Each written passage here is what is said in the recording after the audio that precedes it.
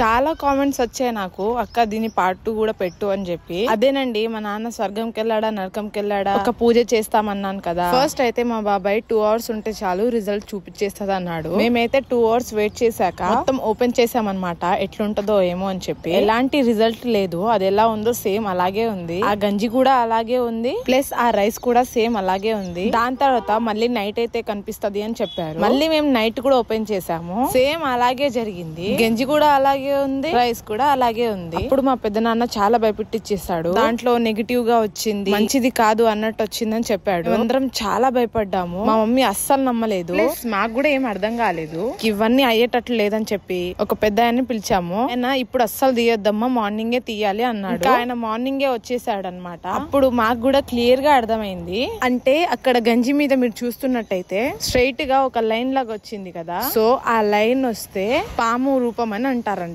అయితే ఆ రూపం వస్తే మన ఇంటికి చాలా మంచిదంట. అండ్ ఇంకొకటి క్లియర్ కట్ గా రైస్ లో కూడా కనిపిస్తుంది. ఇలాంటివన్నీ నేను కూడా నమ్మను, బట్ అదొక ఆచారం అన్నమాట, చేయాలి కంపల్సరీ. అంటే ఇప్పుడు మా నాన్న స్వర్గంకి వెళ్ళలేదు, ప్లస్ నరకంకి వెళ్ళలేదు, ఆయన సేఫ్ గా ఉన్నాడు. ఆయన వల్ల మాకు ఎలాంటి ఇబ్బంది కూడా లేదని అర్థం.